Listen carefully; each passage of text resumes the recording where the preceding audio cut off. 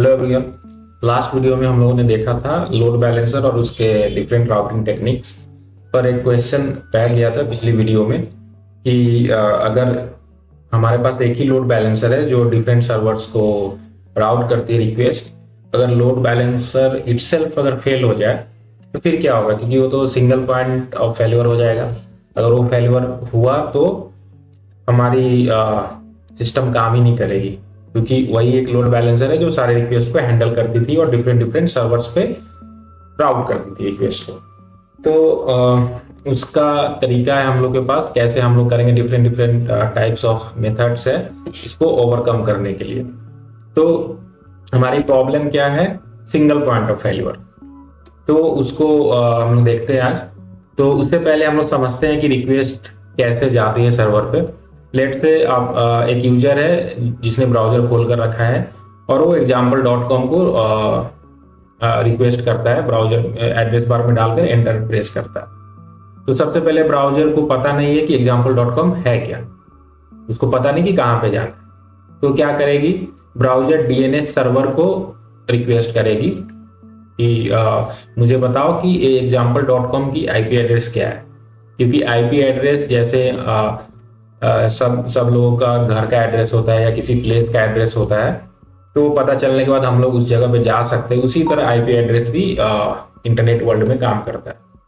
तो ब्राउजर को पता नहीं है example.com क्या है, पर डीएनएस जो है एक डिक्शनरी की तरह है। यहाँ पे सारे जो डोमेन नेम है उनका रिकॉर्ड यहाँ पे रहता है, साथ में उनके रिस्पेक्टिव आईपी एड्रेस के साथ। और ये डीएनएस की इंफॉर्मेशन ब्राउजर के पास ऑलरेडी अवेलेबल रहती है। तो जब भी ब्राउजर में यूजर रिक्वेस्ट डालता है example.com, तो पहले ये डीएनएस सर्वर के पास रिक्वेस्ट भेजता है और पूछता है कि मुझे बताओ example.com का आईपी एड्रेस क्या है। तो इसके बदले में डीएनएस जो सर्वर होती है वो example.com का रिक्वेस्ट example.com का रिकॉर्ड अपने रिकॉर्ड्स में ढूंढती है और उसका रिस्पेक्टिव आईपी एड्रेस वापस भेज देती है ब्राउजर को। फिर ब्राउजर उस आईपी एड्रेस पे जाता है तो उसको मिलता है लोड बैलेंसर। फिर ये लोड बैलेंसर अपने डिफरेंट राउटिंग टेक्निक्स के हिसाब से, जो भी डिफाइंड है यहाँ पे, उसके हिसाब से जो तीनों सर्वर उसमें से किसी एक सर्वर पे राउट कर देगी। फिर हम लोग एप्लीकेशन को देख पाते हैं। ये एक प्रोसेस है। पर क्या होगा, let's say if we have this load balancer and this load balancer itself fails, then what will happen. तो हमारे पास 3 टेक्निक्स है, DNS failover, front end load balancer और एनीकास्ट। तो तीनों टेक्निक्स की तरीकों को हम लोग देखते हैं कि कैसे ये काम करता है। तो डीएनएस फेलोवर में क्या होता है, इसमें क्या होता है कि पहले तो उससे समझने से पहले ये हमें समझना होगा कि सिंगल पॉइंट ऑफ फेल्यूर हम लोग नहीं रख सकते। हमारे पास अगर एक लोड बैलेंसर है तो हमें at least more than 1 load balancer चाहिए। तो हम लोग क्या करेंगे कि एक और लोड बैलेंसर को यहाँ इंट्रोड्यूस करेंगे।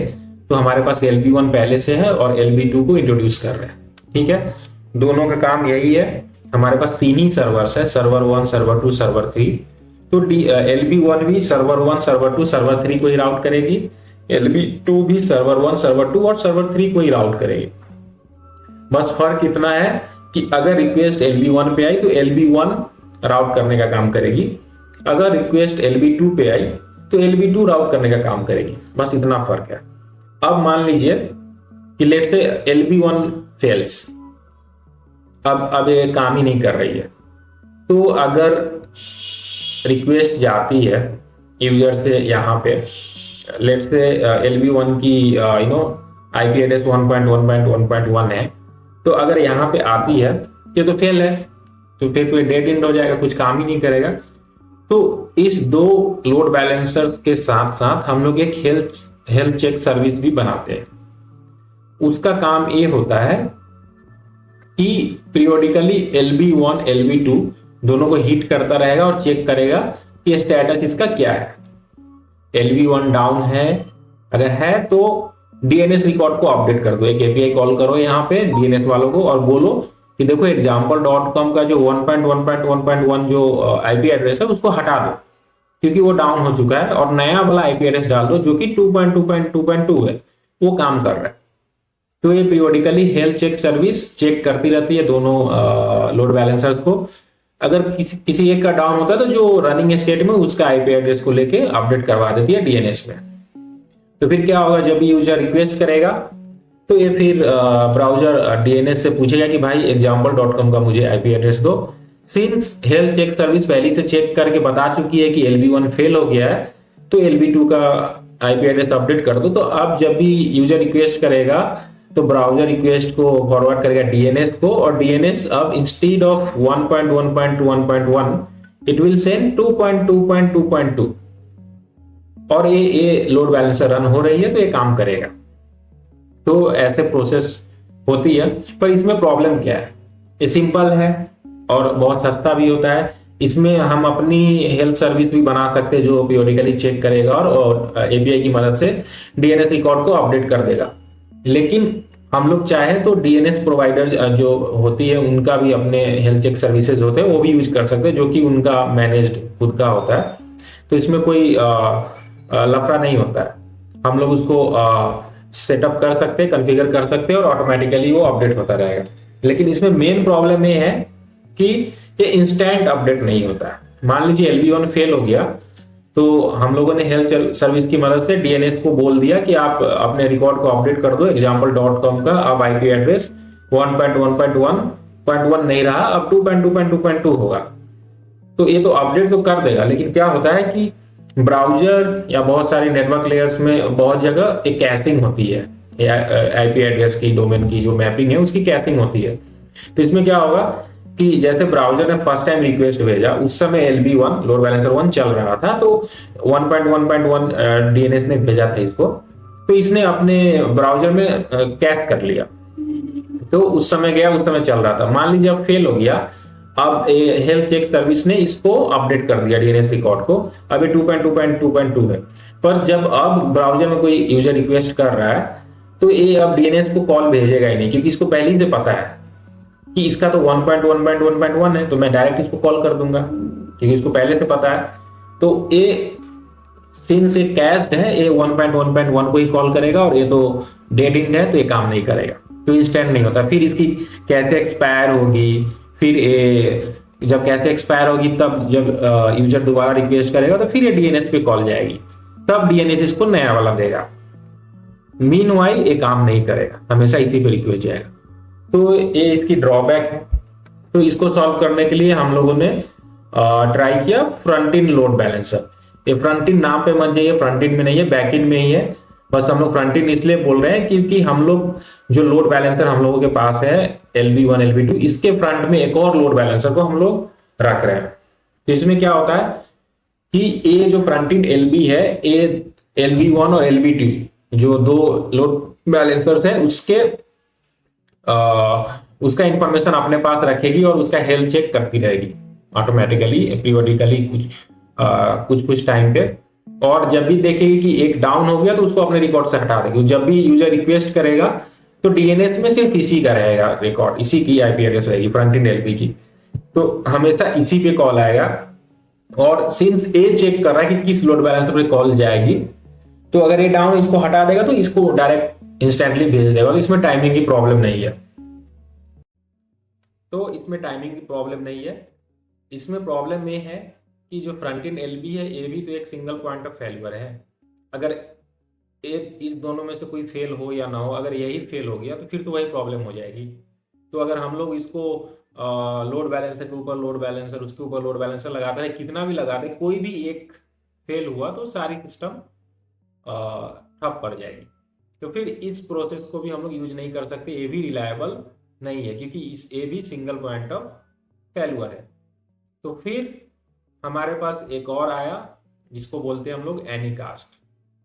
तो इसमें क्या होता है, बड़ी बड़ी कंपनीज कैसे इसे यूज करती है, जैसे कि let's say we have 3 servers LB1 LB2, not 3 servers, let's say we have 3 load balancers LB1 LB2 and LB3. One is in Mumbai, other is in Singapore, and this one is in Frankfurt, Germany.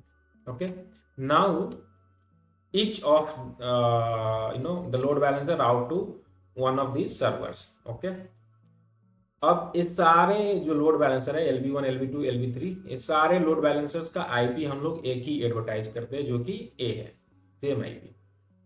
तो मान लीजिए मुंबई की server है, तो यहाँ का जो IP हम एडवर्टाइज कर रहे हैं, जो भी वहाँ के लोकल इंटरनेट सर्विस प्रोवाइडर है उसको हम लोग बोल रहे हैं कि है मेरा जो आईपी एड्रेस है ए है। उसी तरह सिंगापुर का जो भी इंटरनेट सर्विस प्रोवाइडर है उसको ये लोग एडवर्टाइज कर रहा है वहाँ की सर्वर की कि मेरा आईपी एड्रेस ए है, और ये फ्रैंकफर्ट भी वही कर रहा है, ये भी बता रहा है कि मेरा आईपी एड्रेस ए है वहाँ के लोकल इंटरनेट सर्विस प्रोवाइडर को।